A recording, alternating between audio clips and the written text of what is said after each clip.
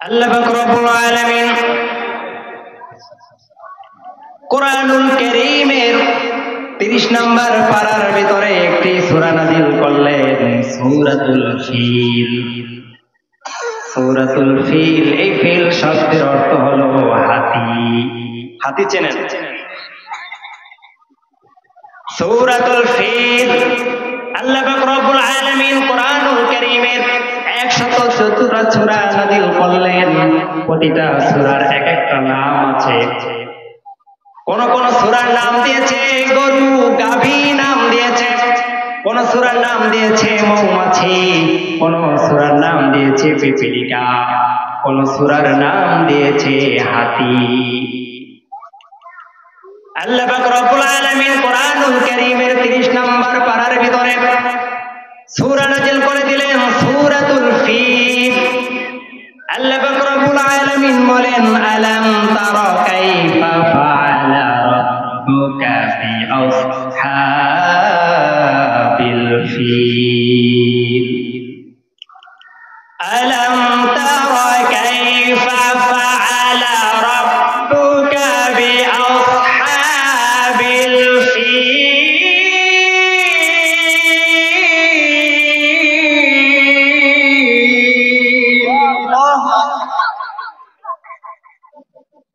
আল্লাহর কোরআনের আওয়াজ শুনে আল্লাহু আকবার মন থেকে বের হয় না?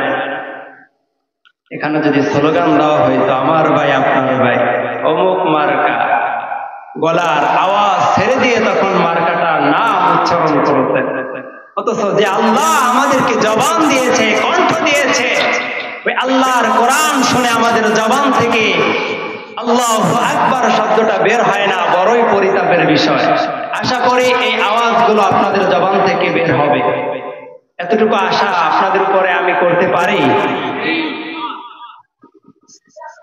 আলাম তারা কাইফা ফাআলা রাব্বুকা বিআসহাবিল ফিল।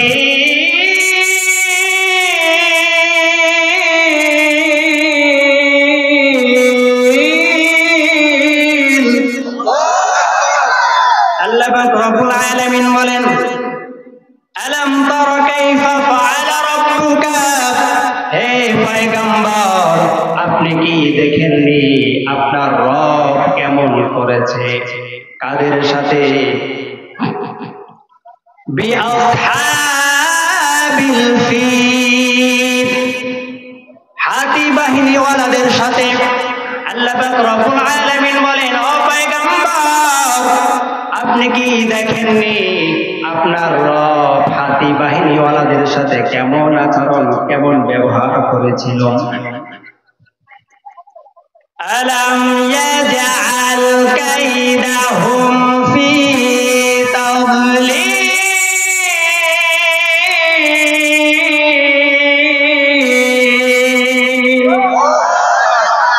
আল্লাহ পাক রব্বুল আলামিন বলেন, হাবিব আমি তাদের চক্রান্ত, তাদের ষড়যন্ত্রকে আমি আল্লাহ ব্যর্থ করে দিয়েছি। ওয়া আরসালা আলাইহিম তায়রান আবাবিল।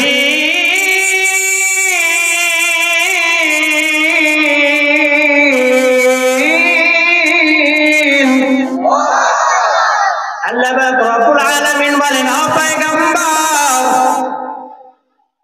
আমি তাদের বিরুদ্ধে যাকে যাকে পাখিকুলদেরকে আমি প্রেরণ করে দিলাম, পাঠিয়ে দিলাম।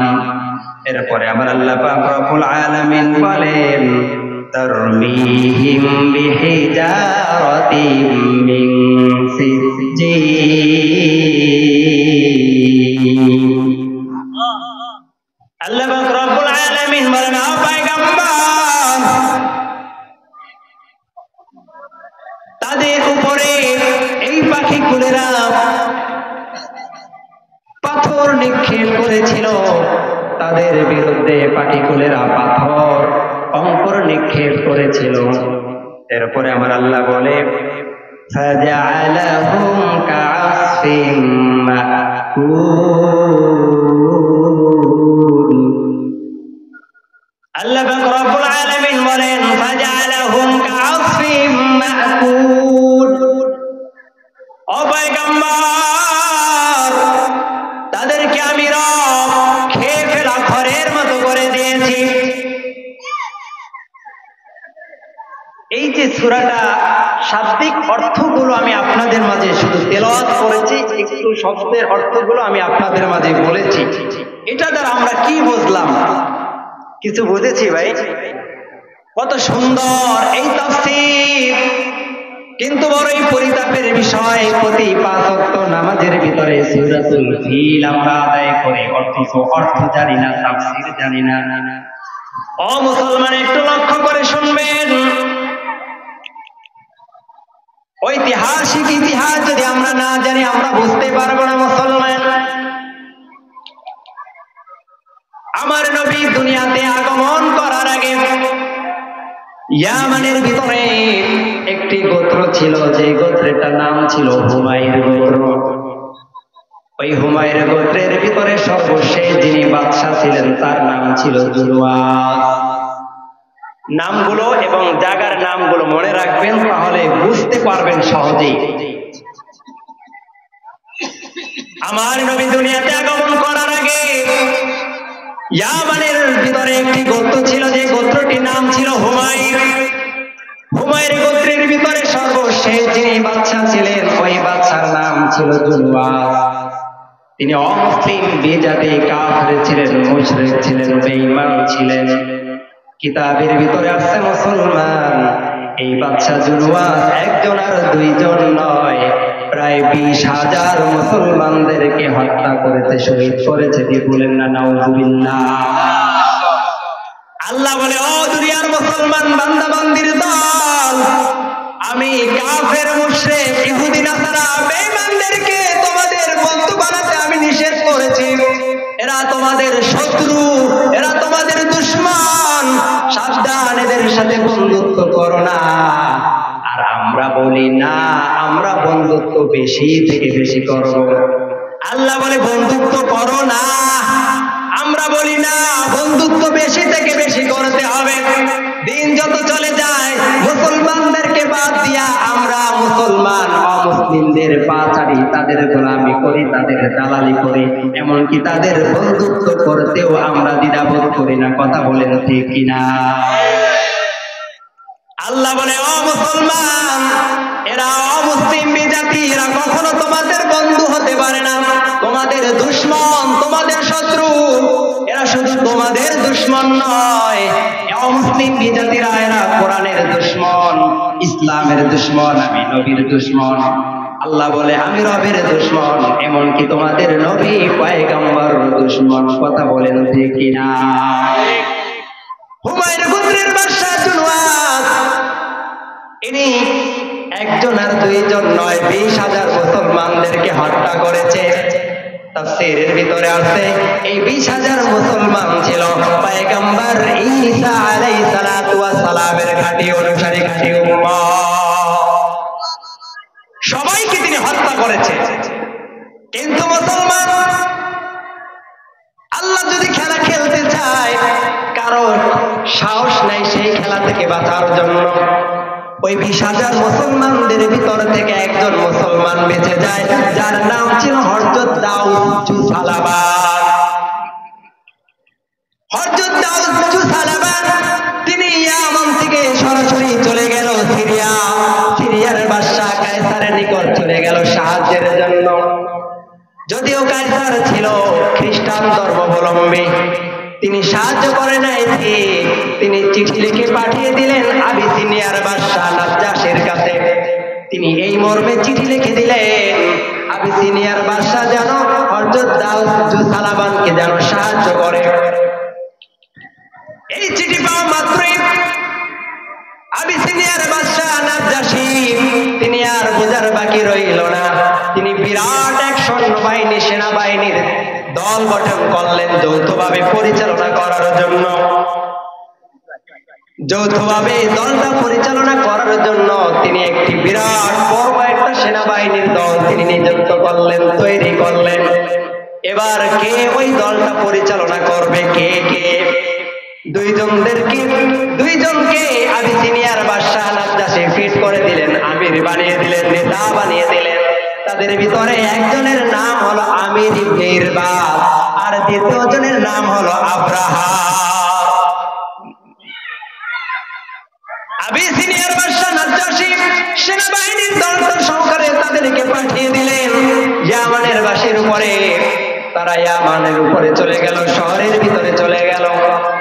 এই দলটা তাদের কাছে গিয়ে কর্তৃত্ব ক্ষমতা আদায় করে নেয়। আর এই দৃশ্য দেখে সেখানকার হুমায়ুন গোত্রের বাদশা যে জুনওয়াস ছিল, তিনি ভয়ে সেখান থেকে পালিয়ে যায়। কিন্তু ভাগ্য বড় খারাপ, পালিয়ে যাওয়ার সময় নদীতে ডুবে জুনওয়াস তিনি ইন্তেকাল করে মারা যায়। ইয়ামানের বাদশা মারা গেল। কে ইয়ামানবাসী শাসন করবে, কারা রাজত্ব করবে? সেখানে যে দলটি, সেনাবাহিনীর দলটি যারা পরিচালনা করলেন, সেখানে কর্তৃত্ব আদায় করে দিলেন। সেখানকার প্রশাসনিক লোক যারা আছে, তারাই ইয়ামানবাসীর উপরে তারা রাজত্ব পরিচালনা করতেছে। কিন্তু মুসলমান, এক রাজ্যের ভিতরে দুইজন রাজা থাকা যায়? এটা কোনোদিন হয় না। এক রাজ্যের ভিতরে দুইজন রাজা হয় না। একই গুরু, একই দল, অথচ পুরান দল আর নতুন দলে বিভক্ত হয় না। কথা বলেন ঠিক কিনা? দল তো একটাই, আবিসিনিয়ার বাদশা নাজ্জাশীর দল, কিন্তু সেখানকার গিয়ে তারা দুইটা দলে বিভক্ত হয়ে যায়। একটা হলো আব্রাহারের দল, আর একটা হলো আমির ইবনে ইরবাদের দল। কে রাজত্ব করবে? দুইজন তো আর রাজত্ব করা যায় না। নেতারা জায়গায় ঠিক আছে, কিন্তু প্রজারা তারা গুতাগুতি করে, একজন আর একজনের সাথে মারামারি রক্তাক্ত করে, তারা মারা যায়, অথচ নেতাদের কিছু হয় না। কথা বলেন ঠিক কিনা? আমাদের দেশে ঠিক সেম একই ঘটনা। দল একটা, কিন্তু পুরান দল আর নতুন দল হয়, এরাই মারামারি করে। কথা বলেন ঠিক কিনা? এরা রক্তপাত করে, এরা খুন খারাপি করে, অথচ ওরা কিন্তু এক। আবিসিনিয়ার বাদশা নাজ্জাশীর দল এক, কিন্তু ইয়ামানে কে রাজত্ব করবে? আমির ইবনে ইরবাদ নাকি আব্রাহা? তারা নেতারা জায়গায় ঠিক, কিন্তু প্রজারা মারামারি করে, এরা প্রতিনিয়ত মারা যাইতেছে। এবার মুসলমান, আমির ইবনে ইরবাদ আর আব্রাহার দুইজন মিলে তারা সন্ধি করলেন, যুক্তি করলেন। কি করা যায়? এমন করে তো চলা যায় না। কে রাজ্য পরিচালনা করবে? কে ইয়ামানের ভিতরে রাজা হবে, বাদশা হবে? তাহলে কি করা যায়? আমির ইবনে ইরবাদ আর আব্রাহার দুইজন মিলে এরা চিন্তা করলেন, আসো তুমি আমি যুদ্ধ করব, প্রজারা কোনো যুদ্ধ করবে না। তোমার আমার যুদ্ধের ভিতরে যে জয় লাভ করবে, তিনি দোনো গ্রুপের সৈন্যরা তার হয়ে যাবে, তিনি এই ইয়ামান শহরের রাজা হবে। আর যে পরাজয় হবে, সে তো এখান থেকে চলে যাবে। যেমন কথা তেমন কাজ। ময়দানে আমির ইবনে ইরবাদ আর আব্রাহার হাজির, যুদ্ধ শুরু হয়ে গেল। একটা ময়দানের ভিতরে তারা যুদ্ধ করবে। ওই ময়দানের চারপাশে বড় গভীর গর্ত করলেন, খনন করলেন, তার ভিতরে পানি দিয়ে দিলেন। কোন অবস্থায় যেন কেউ পরাজয় হলে সেখান থেকে যেন পালিয়ে না যাইতে পারে। এই কারণে চারপাশ দিয়ে গর্ত করে তার ভিতরে পানি বুঝাই করলেন। যুদ্ধ শুরু হয়ে গেল। আমির ইবনে ইরবাদ আব্রাহারের তার চেহারার উপরে আঘাত করার কারণে তার নাক, চোখ, কান, ঠোঁট বিভিন্ন অঙ্গ কেটে যায়, রক্তাক্ত হয়ে আব্রাহার জমিনে পড়ে যায়। তার রক্ত নিজে দেখে নিজেকে আর কন্ট্রোল করতে পারল না। তিনি আর নিজেকে শান্ত রাখতে পারলেন না। আমির ইবনে ইরবাদের উপরে এমন আক্রমণ চালালেন যে আক্রমণের কারণে আমির ইবনে ইরবাদ সেখানে মৃত্যুবরণ করে। এবার আব্রাহার বেশ কিছুদিন চিকিৎসিত অবস্থায় ছিলেন। সুস্থ হয়ে যাওয়ার পরে সব বাহিনী তার হয়ে গেল। ইয়ামানের ভিতরে তিনি রাজত্ব শুরু করে দিল। এই খবর যখন আবিসিনিয়ার বাদশা নাজ্জাশীর কানে চলে গেল, তিনি এবার চিন্তা করলেন যে আমি দল গঠন করব, কে সেখানে নেতা হবে কে হবে না এটার সম্পূর্ণ দায়িত্ব আমার। তারা কেন সেখানে খুন খারাপি করলো? সাথে সাথে ইয়ামানের আবিসিনিয়ার বাদশা নাজ্জাশী আব্রাহারের কাছে একটি দরখাস্ত লিখলেন, চিঠি লিখলেন, পত্র লিখে পাঠিয়ে দিলেন, আর বলে দিলেন, ও আব্রাহার শুনে নাও, আল্লাহর শপথ করে বলি তোমার শহর সমূহ আমি নাজ্জাশী ধ্বংস করে দিব। শুধু তাই নয়, তোমার ওই যে মাথার টিকিটা আছে, তোমার টিকিটা কেটে আমি নিয়ে আসবো। আব্রাহার বড় বিনয়ের সাথে তার একজন দূতকে দিয়ে বড় দামি উপটকন দিয়া এবং একটি খামের ভিতরে ইয়ামানের কিছু মাটি এবং নিজের চুল তার খামের ভিতরে ঢুকাইয়া দিলেন, আর লিখে দিলেন, বাদশা নাজ্জাশী, ইয়ামানের মাটি এবং আমার মাথার চুল আপনার কাছে হাজির। আপনি আপনার শপথ পুরা করুন এবং মেহেরবানি করে আব্রাহারকে আপনি দয়া করে ক্ষমা করে দিন। এই চিঠি যখন আব্রাহার পাঠিয়ে দিলেন দূতের মাধ্যমে, আবিসিনিয়ার বাদশা নাজ্জাশী যখন চিঠিটা পেলেন, পরে সাথে সাথে বড় আনন্দিত হয়ে গেলেন, বড় খুশি হয়ে গেল, কারণ দামি উপটকন পাইছে, দামি জিনিস পাইছে, বড় আনন্দিত হয়ে গেল। বাদশা নাজ্জাশী ইয়ামানের সেখানে শাসনকার হিসাবে, রাজা হিসাবে আব্রাহারকে নিযুক্ত করে দিলেন। এদিকে আব্রাহার ইয়ামানের ভিতরে আবিসিনিয়ার বাদশা নাজ্জাশীর জন্য সেখানে তিনি বিরাট এক গির্জা তৈরি করলেন। এত বড় গির্জা, তখনকার সময় এত উঁচু এত বড় গির্জা কোন মানুষ তখন দেখে নাই। আরবরা সেই গির্জার নাম দিয়েছিল কালির, টুপি পরে যাওয়া একটা গির্জা। কেউ যদি সেই গির্জার নিচে দাঁড়াইয়া উপরে টুপি পরিহিত কোনো ব্যক্তি চাইতো, তাহলে তার মাথা থেকে টুপিটা পরে যাইত। এই কারণে নাম দিয়েছিল কালির, টুপি পরে যাওয়া গির্জা। বড় আদর করে, মজবুত করে, বড় যত্ন করে, নকশি করে আবিসিনিয়ার বাদশা নাজ্জাশীর জন্য তিনি একটি গির্জা তৈরি করলেন। গির্জাটা যখন কমপ্লিট, এবার আব্রাহার তিনি ঘোষণা করে দিলেন, ও দুনিয়ার মানুষ, তোমরা শুনে নাও, মক্কার ভিতরে মক্কার কাবা ঘরের যেমন মানুষ ইবাদত করার জন্য সেখানে চলে যায়, কাবা ঘর তো ছোট্ট একটা ঘর, যার কোনো নকশি নাই, কোনো ডিজাইন নাই। ও দুনিয়ার মানুষ শুনে নাও, আমি এমন একটা গির্জা তৈরি করেছি যে গির্জার ইবাদত করার জন্য তোমরা সকলে এখানে চলে আসবা। বলেন না নাউযুবিল্লাহ। এই ঘোষণা শুনে কুরাইশ বংশের লোকেরা বড় নিন্দা জানালেন, তারা রাগান্বিত হয়ে গেল। এটা কোনোদিন সম্ভব নয়, কারণ এই গড়টা দুনিয়ার কোনো গড় নয়, এই গড়টা যার, চিল্লায়া বলেন তিনি কে?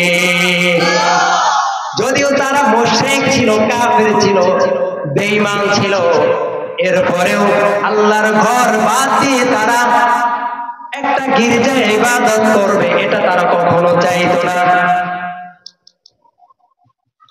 কুরাইশ বংশের লোকেরা কিতাবের ভিতরে আছে, তারা কেউ সেখানে ঘুরতে গেল, আর সেই গির্জার ভিতরে ঢুকে মলত্যাগ করে নষ্ট করে চলে এসেছে। সকালবেলা গির্জার আব্রাহারের একজন প্রহরী গিয়ে আব্রাহারকে বলে দিলেন, ও বাদশা আব্রাহার, শুনে নেন, আপনার এত আদরের, এত যত্ন সহকারে আপনি যে গির্জাটা তৈরি করেছেন, ওই গির্জাটার ভিতরে কে যেন মল ত্যাগ করে, প্রস্রাব পায়খানা করে নষ্ট করে দিয়েছে। আব্রাহারের বোঝার আর বাকি রইল না, না না, এটা অন্য কেউ করতে পারে না, 100% এটা কুরাইশদের কাজ, কারণ তাদের ওই ঘর ইবাদত করার জন্য আমি নিষেধ করেছি। এই কারণে তারা ক্ষিপ্ত হয়, আমার এই ঘরের ভিতরে তারা মল ত্যাগ করেছে। সাথে সাথে তিনি রাগান্বিত হয়ে গেলেন আর শপথ করে বললেন, শুনে নাও, যতক্ষণ পর্যন্ত ওই কাবা ঘরের এক একটার পরে একটা ইট আমি না ছুটে আনবো ততক্ষণ পর্যন্ত আমি আব্রাহার শান্ত হব না। চিল্লায় বলেন না নাউজুবিল্লাহ। কিতাবের ভিতরে আরো আছে, শুধু মন ত্যাগ করেই তারা চলে আসে নাই, এমনকি তারা সেখানে মন ত্যাগ করে ওই গির্জার ভিতরে তারা আগুন ধরাইয়া দেয়। সেই দিন মৃদু মৃদু বাতাস ছিল, ওই বাতাসের কারণে সেই দিন ওই গির্জাটা আরো ভালো করে আগুনে দাউ দাউ করে জ্বলে গিয়েছিল। জ্বলে পুড়ে আব্রাহারের এত সুন্দর ডিজাইন করা গির্জাটা পুড়ে সারকার হয়ে গিয়েছে। বলেন না সুবহানাল্লাহ। আব্রাহাম তিনি রাগান্বিত হয়ে গেল, যতক্ষণ পর্যন্ত আমি ওই কাবা ঘরের একটার পর একটা ইট না ছুটে আনবো ততক্ষণ পর্যন্ত আমি আব্রাহার শান্ত হব না। তার এই ওয়াদা, তার এই প্রতিজ্ঞা বাস্তবায়ন হওয়ার জন্য ইয়ামানের যে বাদশা নাজ্জাশী, অর্থাৎ আবিসিনিয়ার বাদশা নাজ্জাশী, তিনি তাকে একটা হাতি উপহার দিলেন। কিতাবের ভিতরে আছে মুসলমান, হাতিটা এত বড় ছিল, এত বড়, তখনকার সময় এত বড় হাতি কোনো মানুষ দেখে নাই। হাতিটার একটা নাম ছিল, তার নাম ছিল মাহমুদ। আব্রাহার ওই হাতিটার সাথে আরো 8টা অথবা 12টা হাতি যুক্ত করলেন। তার খেয়াল ছিল কাবা ঘরের আল্লাহর ঘরের ওই ঘরটার ভিতরে বাইতুল্লাহর সাথে তিনি শিকল দ্বারা পেঁচ দিয়ে হাতিদের গলার ভিতরে তারা লাগাইয়া দেবে। একসাথে এমন জোরে টান দেবে হাতিওয়ালারা, এক টানে কাবা ঘরের সব ইটগুলো এক এক করে সব টাস টাস করে খুলে যাবে। এই চিন্তা করে তিনি বড় হাতিটার সাথে আরো 12টা হাতি যুক্ত করে তিনি চলা শুরু করে দিল। সব মানুষগুলো ভয় আতঙ্ক, বিরাট বড় একটা বাহিনী নিয়ে আব্রাহার বাইতুল্লাহ ভাঙার জন্য তিনি তৈরি হয়ে গেল। কে তার সাথে মোকাবেলা করবে? কারো সাহস নাই, কারো সাহস নাই তার সাথে মোকাবেলা করার জন্য। কিন্তু ইয়ামানের ভিতরে একজন লোক ছিল যার নাম ছিল জুনফর। ইয়ামানের বড় সম্ভ্রান্ত একজন ব্যক্তি জুনফর, তিনি আরবদের সাথে নিয়ে আরো বেশ কিছু মানুষদেরকে সাথে নিয়ে বড় একটা দল গঠন করলেন। আর কাবাগরকে আব্রাহারের কাছ থেকে বাঁচাবার জন্য তারা আব্রাহারের সাথে যুদ্ধটা শুরু করে দিল। কিন্তু ভাগ্যের নির্মম পরিহাস, ওই জুনফর তার দলবল সহকারে আব্রাহারের সাথে তারা পরাজয় লাভ করে নেয়, পরাজয় বরণ করে নেয়। এদিকে আব্রাহার জুনফরকে বন্দী করে নেয়, সামনে পথ চলা শুরু করে দিল।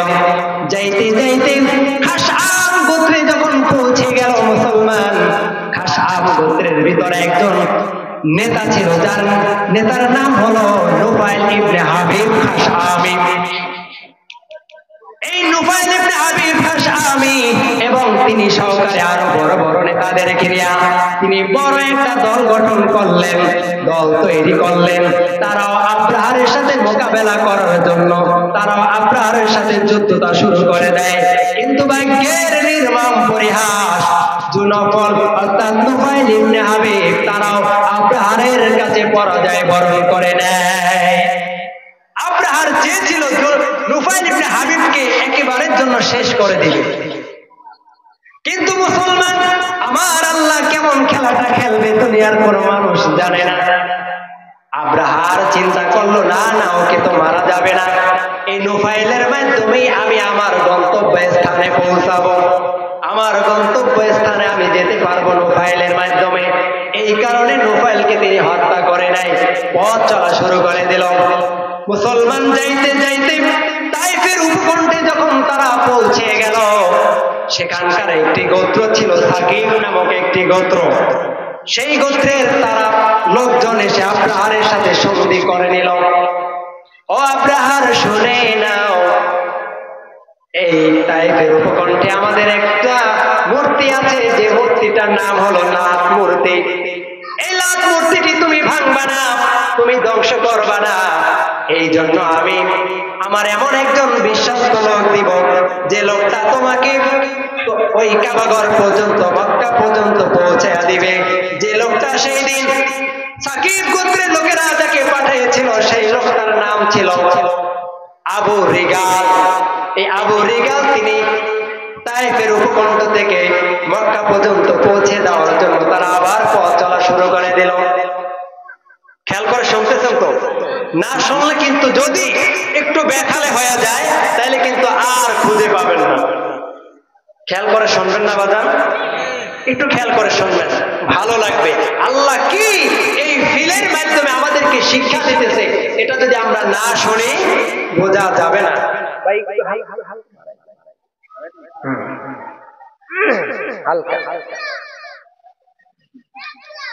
আবু রিগাল পথ চলা শুরু করে দিল। যাইতে যাইতে মক্কার আগে একটি জায়গা পড়ে, যে জায়গাটার নাম ছিল মুগামাস। কি নাম? মুগামাস। ওই মুগামাসের স্থানে আব্রাহার আর তার দলবল সবাই সেখানে অবস্থান করলেন বিশ্রামের জন্য। কিন্তু মুসলমান মুগামাস নামক স্থানে আরবরা অধিকাংশ তাদের উট, তাদের ঘোড়াগুলো, তাদের পশুগুলো সেখানে ঘাস খাওয়ার জন্য চড়াতো। সেখানে শুধু অবস্থানই করে নাই, মুগামাস নামক স্থানে যত মানুষের উট ছিল, যত ঘোড়া ছিল, সবগুলো আব্রাহার দখল করে নিল। এবার মুসলমান একটু লক্ষ্য করে শুনবেন, আব্রাহার তার একজন দূত যার নাম ছিল হানাতা, হানাতার মাধ্যমে তিনি খবর পাঠিয়ে দিলেন, ও হানাতা যাও যাও যাও যাও, আরবের ভিতরে চলে যাও, মক্কার ভিতরে চলে যাও। সেখানে গিয়ে সবচাইতে আরবের ভিতরে, মক্কার ভিতরে সবচাইতে বড় যিনি নেতা, তার কাছে আমার এই সংবাদ পৌঁছে যাও যে আমরা আরবদের সাথে, মক্কাবাসীদের সাথে যুদ্ধ করতে আসি নাই, আমরা আরবদের সাথে যুদ্ধ করতে আসি নাই। আমাদের একটাই ইচ্ছা, সেটা হলো আমরা কাবাঘরকে আমরা ধ্বংস করব। হ্যাঁ, কেউ যদি কাবাঘর হেফাজত করার জন্য আসে তাহলে শুনে নাও, আমি আব্রাহার তাদের সাথে বাধ্য হয়ে আমরা যুদ্ধ করব, অন্যথায় তাদের সাথে যুদ্ধ করার মতো আমাদের কোনো দরকার নেই। এদিকে আব্রাহারের তার একজন বিশ্বস্ত দূত যার নাম ছিল হানাতা, তিনি চলে গেল আরবের ভিতরে। একজন আর দুইজন নয়, প্রায় 100 জনের মানুষের উপরে তিনি জিজ্ঞাসা করেছে, আরবের ভিতরে, মক্কার ভিতরে সবচাইতে দামি, সবচাইতে সম্মানিত, সবচাইতে বড় নেতাকে? সবাই 100 জন মানুষ তারা একটাই কথা বলেছে, সেই লোকটা হলো আব্দুল মুত্তালিব। তখনকার সময় সবচাইতে বড় যিনি নেতা ছিল, আমাদের আখিরি পয়গম্বর জনাবে মুহাম্মদুর রাসূলুল্লাহ সাল্লাল্লাহু আলাইহি সাল্লাম, তার কি হয়? কথা বলে না, কি হয়? দাদা। হানাতা একজন আর দুইজন নয়, 100 মানুষের কাছে জিজ্ঞাসা করেছে, তারা একটা কথাই বলেছে, আরবের ভিতরে কেউ যদি সবচাইতে বড় সম্মানিত, সবচাইতে ক্ষমতাবান, পাওয়ারফুল কোন লোক থাকে, সেই লোকটা হলো আব্দুল মুত্তালিব। হানাতা চলে গেল আব্দুল মুত্তালিবের কাছে। তার কাছে আব্রাহারের সংবাদ পৌঁছে দেওয়ার পরে আব্দুল মুত্তালিব ডাক দিয়ে বলে, ও হানাতা রে, আল্লাহর শপথ করে বলি শুনে নাও, আব্রাহারের সাথে যুদ্ধ করার মতো শক্তিও আমাদের নাই, এমনকি তাদের সাথে যুদ্ধ করার মতো ইচ্ছাও আমাদের কারো নাই। কিন্তু শুনে নাও, তোমরা এমন একজনের ঘর ভাঙার জন্য এসেছো, ওই ঘরটা আমাদের কারো ঘর নয়, আমাদের পূর্বপুরুষ বাপ দাদাদের কারো ঘর নয়, ওই ঘরটা স্বয়ং আল্লাহ পাক রব্বুল আলামিনের।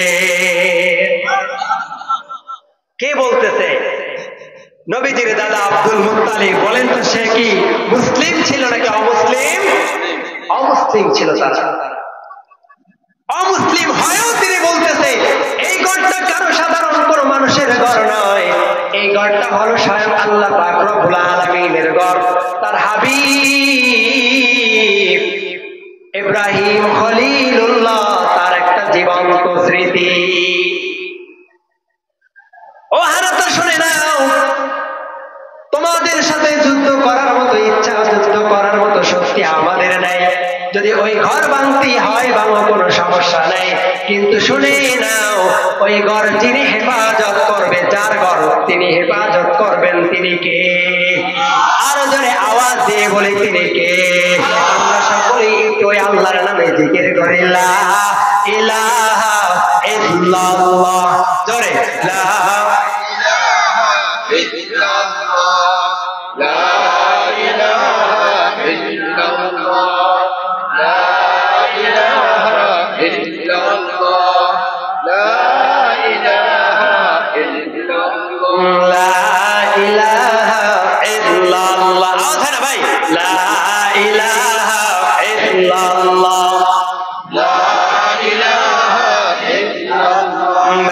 রিক্সা চলে না চালক ছাড়া,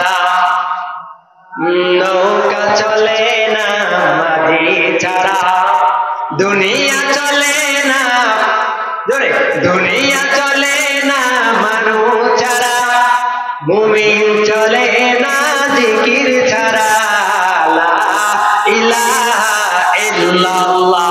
জোরে লা ইলাহা ইল্লাল্লাহ, লা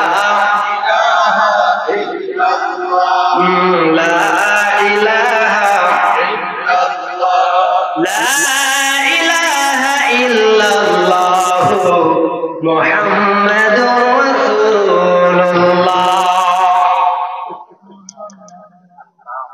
এবার হানাতো ডাক দিয়ে বললেন, ও আব্দুল মুত্তালিব, তাহলে চলেন আমাদের নেতার কাছে, আব্রাহারের নিকট চলেন। আব্দুল মুত্তালিব তিনি আব্রাহারের নিকট যাওয়ার জন্য প্রস্তুতি নিলেন। তার আগে আমি একটা কথা বলে দিই, নবীজির দাদা আব্দুল মুত্তালিব তিনি সাধারণ কোনো মানুষ নয়। কার দাদা? একটু আওয়াজ দিয়ে বলে, কার দাদা? আমার নবী কেমন সুন্দর ছিলেন, সুন্দরের কোন শেষ আছে? কোন তুলনা আছে? 7 দিন কোন মানুষ না খেয়ে থাকার পরে আমার নবীর ওই সুন্দর নুরানি চেহারাটার দিকে যাওয়া মাত্রই তাদের 7 দিনের ক্ষুধার্ত পেট ভরে যাইত। চিল্লায়া বলেন আল্লাহু আকবার। চিন্তা করা যায় কি সুন্দর আমার নবীর চেহারা ছিল। এবার আব্দুল মুত্তালিব আর আব্রাহারের দুখানা তা পথ চলা শুরু করে দিল। যেই মাত্র আব্রাহারের নিকট চলে গেল মুসলমান, আব্রাহার তাকায়া দেখে, যেই মাত্র আব্রাহার তাকায়া আব্দুল মুত্তালিবকে দেখলো, সাথে সাথে আব্রাহার তার সিংহাসন ছেড়ে তিনি সাথে সাথে আব্দুল মুত্তালিবের সামনে দাঁড়িয়ে যায়। এত সুন্দর চেহারাওয়ালা, তাকে দেখা মাত্রই এত বড় কাফের আব্রাহার, যিনি আল্লাহর ঘর ভাঙার জন্য এসেছে, আব্দুল মুত্তালিবকে দেখা মাত্রই তিনি দাঁড়ায় গেছে। ও মুসলমান, এবার আব্রাহার জিজ্ঞাসা করতেছে, আপনি কেন এসেছেন? আব্দুল মুত্তালিব ডাক দিয়ে বলে, আমি এই কারণে এসেছি, আপনারা আমার 200 উট দখল করে রেখেছেন। আব্রাহার মুসকে হেসে দিয়ে বলল, নিজের স্বার্থের জন্য তুমি এসেছো, অথচ তোমাদের ইবাদতখানা আল্লাহর ঘর, ওই কাবা ঘর যেখানে তোমরা পূর্বপুরুষ থেকে ইবাদত করার জন্য থাকতেছো, ইবাদত করো, সেই ঘর হেফাজত করার জন্য আসো নাই।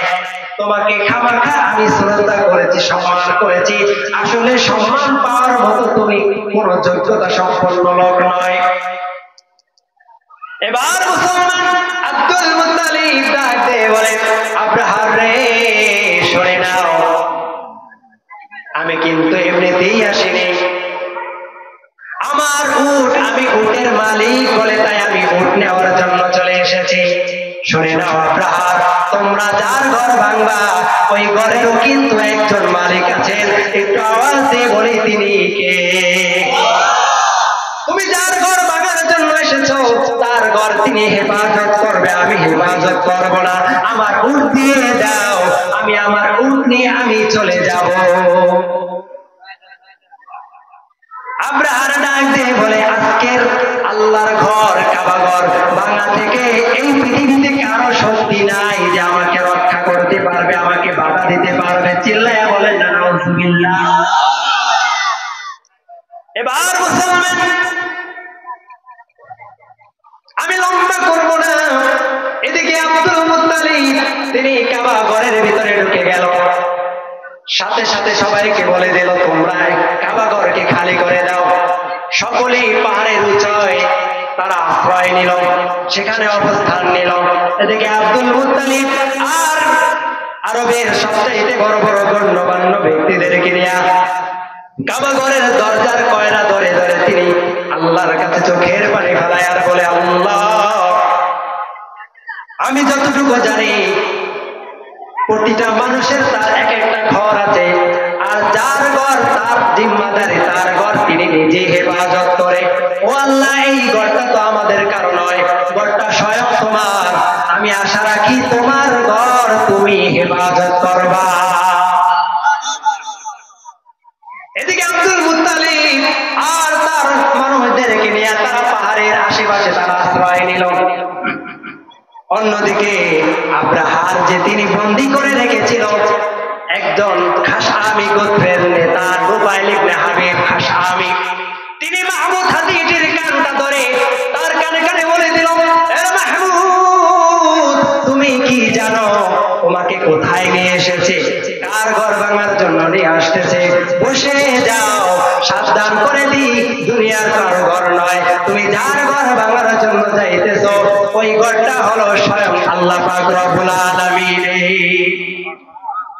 তাফসীর ইবনে কাসীরের ভিতরে আছে মুসলমান, একটু লক্ষ্য করে শুনবেন।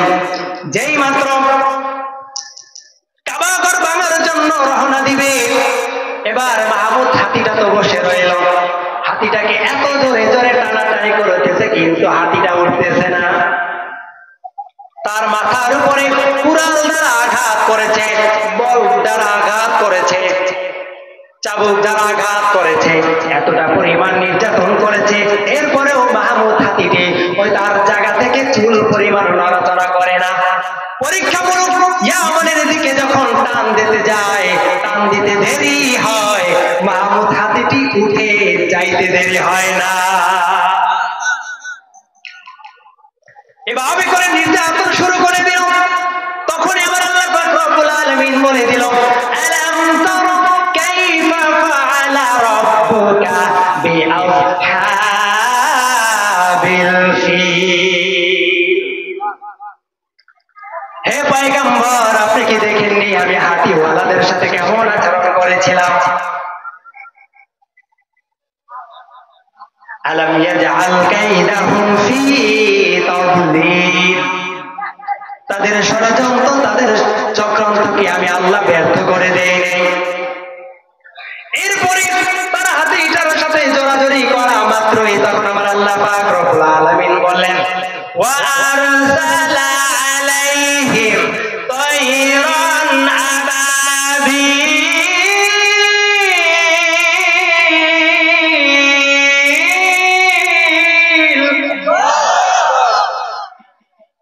আল্লাহ পাক রব্বুল আলামিন বলে দিলেন, আমি তাদের উপরে শাস্তি হিসাবে এক ঝাঁক আমি পাখি কুলদেরকে পাঠায়া দিলাম।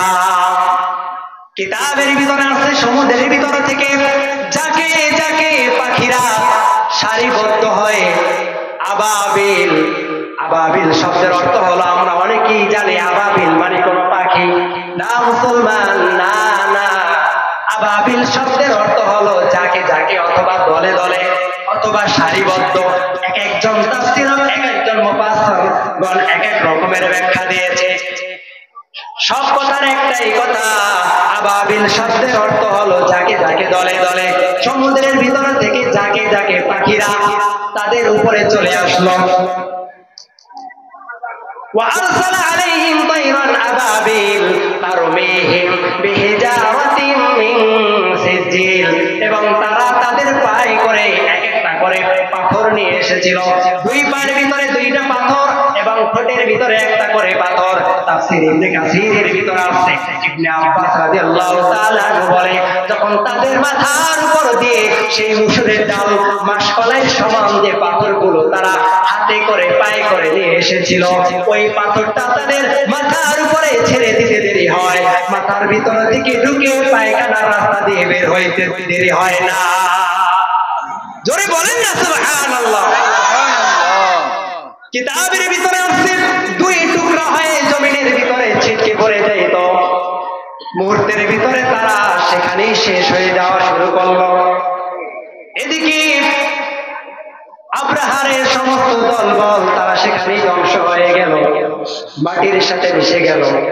ফাজআলাহুম কাআসফিন মাকুল। আল্লাহ পাক রব্বুল আলামিন বলেন, খড়কুটা ঘাসের মতো যেমন খেয়ে ফেলে, গরু ছাগল খড়কুটা খেয়ে ফেলার পরে যেমন টুকরো টুকরো হয়ে যায়, ঠিক তেমনি আল্লাহ পাক রব্বুল আলামিন তাদেরকে টুকরো টুকরো করে জমিনের ভিতরে মিশায়া দেয়। মুসলমান আব্রাহার তিনি তায়েফের উপকণ্ঠে খাস আম গোত্র পর্যন্ত পৌঁছেতে না পৌঁছেতেই কিতাবের ভিতরে আছে তার এক একটা অঙ্গ খসে খসে যাইতে যাইতে খাস আম গোত্র পর্যন্ত যাওয়ার পরে মাত্র এক টুকরা গোস্ত তাদের হাতে ছিল, এক টুকরা মাত্র গোস্ত ছিল। কিতাবের ভিতরে আছে সেই গোত্রটা যখন গিয়েছে, গোত্রে যাওয়ার পরে সেই আব্রাহারের সেই টুকরোটা চিৎকার করে ফেটে যায় আর কুকুরের মতো ছটফট করতে করতে দুনিয়া থেকে চিরতরে বিদায় নেয়। চিল্লায়া বলেন আল্লাহু আকবার। কার ঘর ভাঙার জন্য এসেছিল? আওয়াজ দিয়ে বলে কার ঘর? মনে রাখবেন মুসলমান, আল্লাহর ঘর ভাঙার জন্য এসেছে। আর বর্তমান সময় যারা কোরআনের বিরোধিতা করবে, আল্লাহর আইনকে বাদ দিয়ে নিজের ব্যক্তিগত আইনকে বাস্তবায়ন করতে যাবে, আল্লাহর শপথ করে বলি যে আল্লাহ আব্রাহারকে এমন করে নির্মম ভাবে আযাব দিয়ে ধ্বংস করেছে, ওই আল্লাহ আমাদেরকেও ধ্বংস করতে পারে কি পারে না? আরো চিল্লায় বলি পারে কি পারে না? অতএব হুঁশিয়ার হয়ে যায়, এখনো সময় আছে। আল্লাহর আইনকে আমরা বাস্তবায়ন করব এবং বাতিলদের যারা আল্লাহর আইনকে বাদ দেওয়ার চেষ্টা করবে, আমাদের জীবন নাকের ডগায় থাকার আগ পর্যন্ত তাম দুনিয়া সব মুসলমান ঐক্যবদ্ধ হয়ে তাদের বিরোধিতা করব, তাদের সাথে যুদ্ধ করব। কথা বলেন ঠিক কিনা? আল্লাহ পাক রব্বুল আলামিন আমাদেরকে এই কথা বলার উপরে আমল করার তৌফিক দান করুন। সকলে আমিন।